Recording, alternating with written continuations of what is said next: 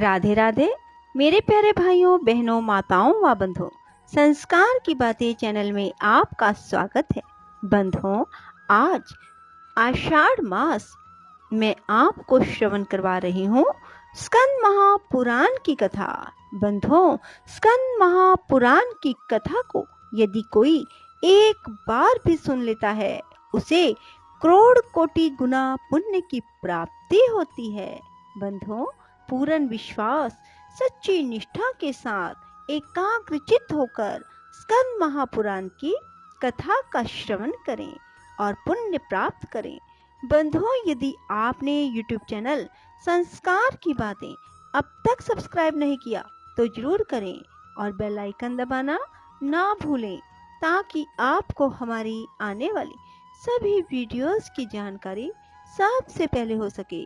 बोलो विष्णु भगवान की जय, शिव शंकर भोलेनाथ की जय, कार्तिकेय महाराज की जय। इस प्रकार मंदराचल को मथानी और वासुकी नाग को रस्सी बनाकर देवताओं और दैत्यों ने क्षीर समुद्र का मंथन आरंभ किया। इतने में ही वह पर्वत समुद्र में डूबकर रसातल को जा पहुंचा। तब लक्ष्मीपति भगवान विष्णु ने कच्छप रूप धारण करके तत्काल ही मंदराचल को ऊपर उठा दिया। उस समय यह एक अद्भुत घटना हुई। फिर जब देवता और दैत्यों ने मथानी को घुमाना आरंभ किया, तब वह पर्वत बिना गुरु के ज्ञान की भांति कोई सुदृढ़ आधार न होने के कारण इधर उधर डोलने लगा। यह देख परमात्मा भगवान विष्णु स्वयं ही मंदराचल के आधार बन गए और उन्होंने अपनी चारों भुजाओं से मथानी बने हुए उस पर्वत को भली भांति पकड़कर उसे सुखपूर्वक घुमाने योग्य बना दिया। तब अत्यंत बलवान देवता और दैत्य एकीभूत हो अधिक जोर लगाकर क्षीर समुद्र का मंथन करने लगे। कच्छप रूपधारी भगवान की पीठ जन्म से ही कठोर थी और उस पर घूमने वाला पर्वत श्रेष्ठ मंदराचल भी ब्रजसार की भांति दृढ़ था। उन दोनों की रगड़ से समुद्र में बड़वानल प्रकट हो गया, साथ ही हलाहल विष उत्पन्न हुआ। उस विष को सबसे पहले नारद जी ने देखा। तब अमित तेजस्वी देव ऋषि ने देवताओं को पुकार कर कहा, अदिति कुमारों, अब तुम समुद्र का मंथन ना करो। इस समय संपूर्ण उपद्रवों का नाश करने वाले भगवान शिव की प्रार्थना करो। वे प्रातपर हैं, परमानंद स्वरूप हैं। योगी पुरुष भी उन्हीं का ध्यान करते हैं। देवता अपने स्वार्थ साधन में संलग्न हो समुद्र मथ रहे थे। वे अपनी ही अभिलाषा में तन्मय होने के कारण नारद जी की बात नहीं सुन सके।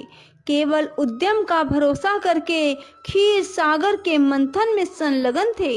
अधिक मंथन से जो हालाहाल विष प्रकट हुआ, वह तीनों लोकों को भस्म कर देने वाला था।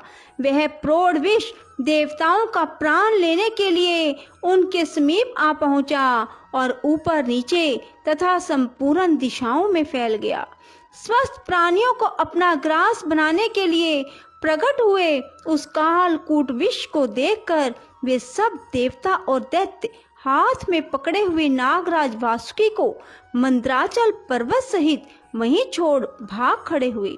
उस समय उस लोक संहारकारी कालकूट विष को भगवान शिव ने स्वयं अपना ग्रास बना लिया। उन्होंने उस विष को निर्मल कर दिया। इस प्रकार भगवान शंकर की बड़ी भारी कृपा होने से देवता, असुर, मनुष्य तथा संपूर्ण त्रिलोकी की उस समय कालकूट विष से रक्षा हुई। तदंतर भगवान विष्णु के समीप मंदराचल को मथानी और वासुकी नाग को रस्सी बनाकर देवताओं ने पुनः समुद्र मंथन आरंभ किया। तब समुद्र से देव कार्य की सिद्धि के लिए अमृतमय कलाओं से परिपूर्ण चंद्रदेव प्रकट हुए। संपूर्ण देवता, असुर और दानवों ने भगवान चंद्रमा को प्रणाम किया और गर्गाचार्य जी से अपने अपने चंद्र बल की यथार्थ रूप से जिज्ञासा की। उस समय गर्गाचार्य जी ने देवताओं से कहा, इस समय तुम सब लोगों का बल ठीक है, तुम्हारे सभी उत्तम ग्रह केंद्र स्थान, चतुर्थ स्थान में, सप्तम स्थान में और दशम स्थान में है। चंद्रमा से गुरु का योग है। सूर्य, शुक्र, शनि और मंगल भी चंद्रमा से संयुक्त हुए हैं। इसलिए तुम्हारे कार्य की सिद्धि के निमित्त इस समय चंद्र बल बहुत उत्तम है। यह गोमंत नामक मुहूर्त है जो विजय प्रदान करने वाला है। महात्मा गर्ग जी के इस प्रकार आश्वासन देने पर महाबली देवता गर्जन करते हुए बड़े वेग से समुद्र मंथन करने लगे। मथे जाते हुए समुद्र के चारों ओर बड़े जोर की आवाज उठ रही थी। इस बार के मंथन से देव कार्यों की सिद्धि के लिए साक्षात सुरभि प्रकट हुई। उन्हें काले, श्वेत, पीले, हरे, लाल रंग की सैकड़ों गोएं घेरे हुए थी।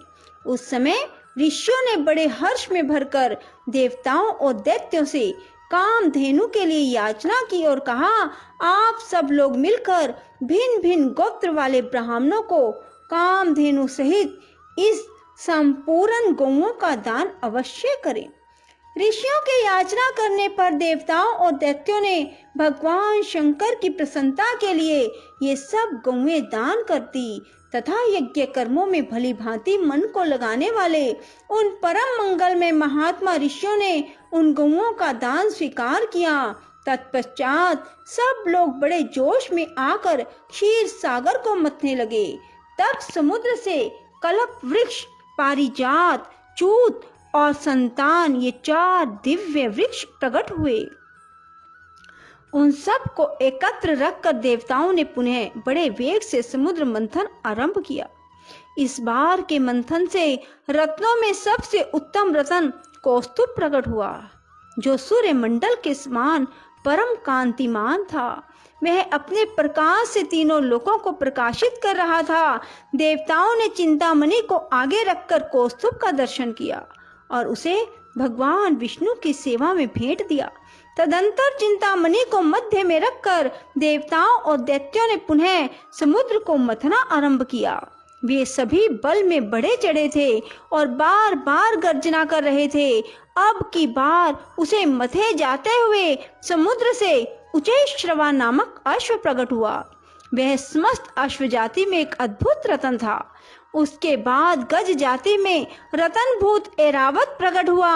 उसके साथ श्वेत वर्ण के 64 हाथी और थे। ऐरावत के 4 दांत बाहर निकले हुए थे और मस्तक से मद की धारा बह रही थी। इन सब को भी मध्य में स्थापित करके वे सब पुनः समुद्र मंथने लगे। उस समय उस समुद्र से मदिरा, भांग, काकड़ा सिंगी, लहसुन, गाजर, अत्यधिक उन्माद कारक धतूर, पुष्कर आदि बहुत सी वस्तुएं प्रकट हुई। इन सब को भी समुद्र के किनारे एक स्थान पर रख दिया गया। तत्पश्चात वे श्रेष्ठ देवता और दानव पुनः पहले की ही भांति समुद्र मंथन करने लगे।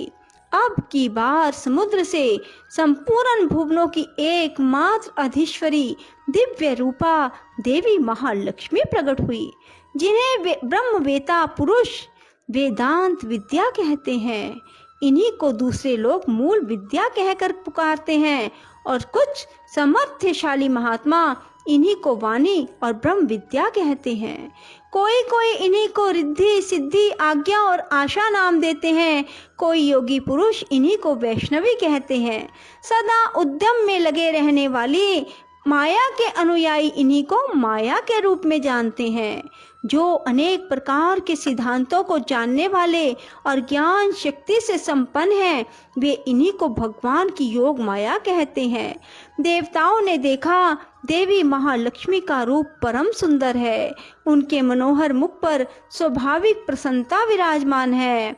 हार और नुपुर से उनके श्री अंगों की बड़ी शोभा हो रही है। मस्तक पर छत्र तना हुआ है। दोनों ओर से चवर ढुल रहे हैं। जैसे माता अपने पुत्रों की ओर स्नेह और दुलार भरी दृष्टि से देखती है, उसी प्रकार सती महालक्ष्मी ने देवता, दानव, सिद्ध, चारण और नाग आदि संपूर्ण प्राणियों की ओर दृष्टिपात किया। माता महालक्ष्मी की कृपा दृष्टि पाकर संपूर्ण देवता उसी समय श्री संपन्न हो गए। वे तत्काल राज्य अधिकारी के शुभ लक्षणों से संपन्न दिखाई देने लगे। तदंतर देवी लक्ष्मी ने भगवान मुकुंद की ओर देखा। उनके श्रीअंग तमाल के समान श्याम वर्ण थे। कपोल और नासिका बड़ी सुंदर थी। वे परम मनोहर दिव्य शरीर से प्रकाशित हो रहे थे। उनके वक्ष स्थल में श्री वत्स का चिन्ह सुशोभित था। भगवान के एक हाथ में कौमोद की गदा शोभा पा रही थी। भगवान नारायण की उस दिव्य शोभा को देखते ही लक्ष्मी जी आश्चर्यचकित हो उठी और हाथ में वनमाला ले सहसा हाथी से उतर पड़ी। वह माला श्री जी ने अपने ही हाथों से बनाई थी। उसके ऊपर भ्रमर मंडरा रहे थे। देवी ने वह सुंदर वनमाला परम पुरुष भगवान विष्णु के कंठ में पहना दी और स्वयं उनके वाम भाग में जाकर खड़ी हो गई। उन शोभाशाली दंपति का वहां दर्शन करके संपूर्ण देवता, दैत्य, सिद्ध, अप्सराएं, किन्नर तथा चारणगण परम आनंद को प्राप्त हुए। बोलो विष्णु भगवान की जय, भोलेनाथ की जय, लक्ष्मी माता की जय। राधे राधे, जय श्री कृष्णा। बंधुओं, यदि आपको हमारी वीडियो पसंद आए तो इसे लाइक करें और शेयर भी जरूर करें। धन्यवाद।